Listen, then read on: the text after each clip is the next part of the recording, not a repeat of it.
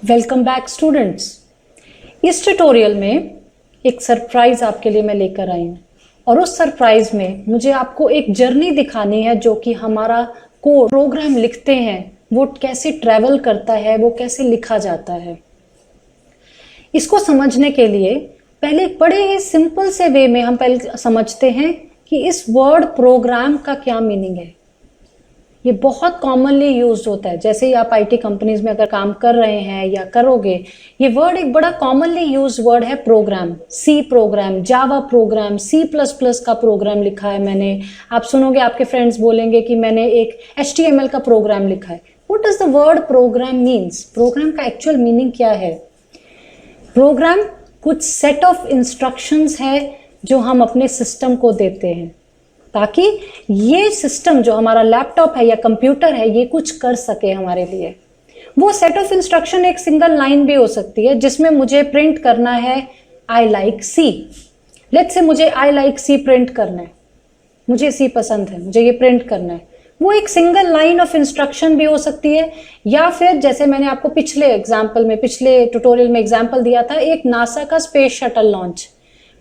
एक प्रोग्राम एक single line भी हो सकती है, एक प्रोग्राम आपकी 1 मिलियन लाइन ऑफ कोड भी हो सकती है जो एक शटल को लॉन्च कर रही है, या वो एक प्रोग्राम कुड भी एक हजारों लाइन ऑफ कोड जो एक ICICI बैंक की एप्लीकेशन के पीछे लिखा है। तो प्रोग्राम का बेसिक मतलब क्या है कि हमारे पास एक लैपटॉप है, एक सिस्टम है, हमें इससे कुछ करवाना है तो हमें उस भाषा में बात करनी है जो इसको समझ में आए, और वो मेरा एक प्रोग्राम है, वो मेरी एक सेट ऑफ इंस्ट्रक्शंस है। तो आई होप अब आपको बिल्कुल क्लियर है कि प्रोग्राम का एक्चुअल मीनिंग क्या है। दूसरा वर्ड जो हमने बात करनी है अभी वो है सिंटेक्स की। ये भी बड़ा कॉमनली यूज्ड वर्ड है। कभी भी बुक उठाओगे कोई भी प्रोग्रामिंग लैंग्वेज में बोलेंगे सिंटेक्स ठीक से लिखो, सिंटेक्स आपका सही होना चाहिए। बट सिंटेक्स का एक्चुअल मीनिंग क्या है? प्रोग्राम तो सेट ऑफ इंस्ट्रक्शंस है, पर सिंटेक्स हमारे कुछ सेट ऑफ रूल्स हैं जो हमें फॉलो करने हैं। 1 मिनट के लिए सी से बाहर आते हैं और मैं आपको एक एग्जांपल देती हूँ। मैं एक इंग्लिश लैंग्वेज बोलना सीख रही हूँ, ठीक है? और इंग्लिश लैंग्वेज बोलने के लिए मुझे कुछ रूल्स फॉलो करने पड़ेंगे, राइट? अगर मैं इस तरह के वर्ड्स बोलूं, ही इज अ गर्ल, इससे आप क्या समझेंगे? ही इज अ गर्ल, या शी इज अ बॉय, या इट इज अ गर्ल, इससे आप क्या समझेंगे? आप ये समझेंगे कि अभी मुझे इंग्लिश लैंग्वेज पे काम पढ़ने के लिए और मुझे पढ़ना पड़ेगा, इसके लिए मुझे एक्सपर्टीज लाने के लिए पढ़ना पड़ेगा। सिमिलरली ये जितनी भी प्रोग्रामिंग लैंग्वेजेस है, सी है, C++ है, जावा है, ये कुछ सेट ऑफ रूल्स पे काम करती है, उसको हम बोलते हैं सिंटेक्स। और आप कोई भी लैंग्वेज फॉलो करो, कोई भी लैंग्वेज पढ़ो, उसमें सिंटेक्स को पूरा अच्छे से समझना होगा। एक बड़ा सिंपल सा कमांड है, जैसे हमारी सी लैंग्वेज है, उसमें अगर मुझे कुछ प्रिंट करना है, आउटपुट पे कुछ देखना है, तो मुझे कमांड यूज करना पड़ता है प्रिंट एफ, और उसके बाद आपको एक ब्रैकेट लगानी है, ब्रैकेट को एंड भी करना है, जो भी इसके अंदर लिखना है उसको इन डबल कोट्स के अंदर लिखना है, और सेमीकोलन भी लगाना है। तो ये किसका एग्जाम्पल है? ये एक सिंटेक्स का एग्जाम्पल है। और अगर आप ये फॉलो नहीं करोगे तो क्या होगा? आपका प्रोग्राम रन ही नहीं करेगा, चलेगा नहीं। Program some set of instructions, syntax some set of rules जो आपको फॉलो करने हैं उन इंस्ट्रक्शंस को लिखने के लिए। और अगर आप ये नहीं फॉलो करते हो आपको एरर्स आते हैं, एंड वो एरर कौन देगा? कंपाइलर। कंपाइलर भी एक सॉफ्टवेयर है, एक टूल है जो कि एरर्स देगा, जो बोलेगा कि आपने प्रिंट एफ तो लिखा सी में, सब कुछ किया, बट आपने सेमीकोलन एंड में नहीं लगाया। तो एज अ प्रोग्रामर स्टूडेंट्स मैं हमेशा बताती हूँ कंपाइलर जो है वो हमारा एक बेस्ट फ्रेंड है। वो हमें बताता है कि आप कहाँ गलत जा रहे हो, and it is your responsibility कि आप इस कंपाइलर को हमेशा खुश रखो। मतलब कोई भी एरर नहीं होना चाहिए आपके प्रोग्राम में। और वो धीरे धीरे जैसे आप ये ट्यूटोरियल्स देखते जाओगे आपको पता चलता जाएगा कि सी लैंग्वेज में क्या सिंटेक्स है, क्या मुझे फॉलो करना है। और जैसे जैसे आप प्रैक्टिस करते जाओगे इन ट्यूटोरियल्स के साथ आपका कॉन्फिडेंस बनता जाएगा। तो आई होप इस ट्यूटोरियल में आप 3 चीजों से बिल्कुल क्लियर हो। Program some set of instructions, syntax some set of rules, and compiler एक ऐसा सॉफ्टवेयर है, एक ऐसा टूल है जो आपको बताता है कि आपने सिंटेक्स अपनी लैंग्वेज में फॉलो नहीं किया है, इसलिए आपका प्रोग्राम रन नहीं करेगा। अब कोई भी प्रोग्राम है, चाहे वो किसी भी लैंग्वेज में है, वो एक जर्नी ट्रेवल करता है।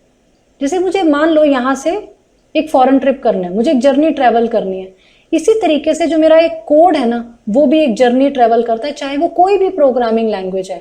हम ट्यूटोरियल तो सी पर देख रहे हैं, बट ये ट्यूटोरियल जिस तरह से बनाए जाएंगे, आपको इस तरह से गाइड किया जाएगा कि आप इसके बाद कोई भी लैंग्वेज पिक करना चाहो तो आप खुद से भी उसको कॉन्फिडेंटली पिक करके समझ सकते हो, क्योंकि यहाँ पे हम फंडामेंटल्स पे बहुत फोकस करेंगे।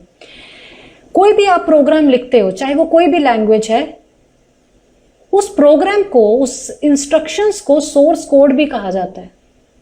और जब आप वो सोर्स कोड लिखते हो, वो सोर्स कोड चेक कौन करता है? कंपाइलर। कंपाइलर चेक करेगा कि इसमें कोई प्रॉब्लम तो नहीं है।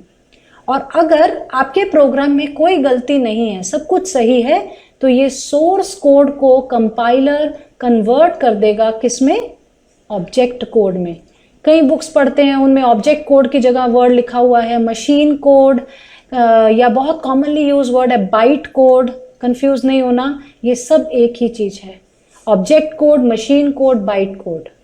तो आपने सोर्स कोड लिखा, चाहे वो एक लाइन का लिखा या मिलियंस ऑफ लाइंस का लिखा, डजंट मैटर, वो कंपाइलर ने चेक किया कि आपने वो सोर्स कोड सारा ठीक लिखा है। अगर वो सोर्स कोड आपने सारा ठीक लिखा, तो कंपाइलर आपके सोर्स कोड को एक ऑब्जेक्ट कोड में कन्वर्ट कर देगा। क्यों? रीजन क्या है? मशीन में, लैपटॉप को मेरी भाषा नहीं समझ में आती, जो मैंने सेट ऑफ इंस्ट्रक्शंस लिखी वो उसको समझ नहीं आ रही। आई डोंट नो कि मैं मशीन की लैंग्वेज में कैसे लिखूं। तो ये जो कंपाइलर है, ये इन दोनों के बीच में एक हैंडशेक करेगा, इस सोर्स कोड को ऑब्जेक्ट कोड में कन्वर्ट करेगा, जिसके रन करने पे आपको एक आउटपुट कंसोल पे आउटपुट मिलेगा। इस ट्यूटोरियल को यहीं कंक्लूड करते हैं और ये देखते हैं कंक्लूड करते वक्त कि हमने क्या क्या सीखा। अब हमें ये पता है कि प्रोग्राम कुछ सेट ऑफ इंस्ट्रक्शंस हैं जो आपको लिखनी होती हैं, चाहे वो किसी भी लैंग्वेज में लिखो। हमने ये सीखा कि सिंटेक्स कुछ सेट ऑफ रूल्स हैं जो हमें फॉलो करने ही हैं। अगर हमें एक अच्छा डेवलपर बनना है तो वो सिंटेक्स पे हम कॉम्प्रोमाइज नहीं कर सकते। हमने ये भी देखा कि कंपाइलर जो है वो हमारे कोड को ऑब्जेक्ट कोड में कन्वर्ट करता है, प्रोवाइडेड उसमें कोई भी सिंटेक्स एरर नहीं है। I hope this tutorial was useful. मेरे साथ बने रहिए। अगले ट्यूटोरियल में हम एक सी का क्विक प्रोग्राम बनाकर समझेंगे। Thank you.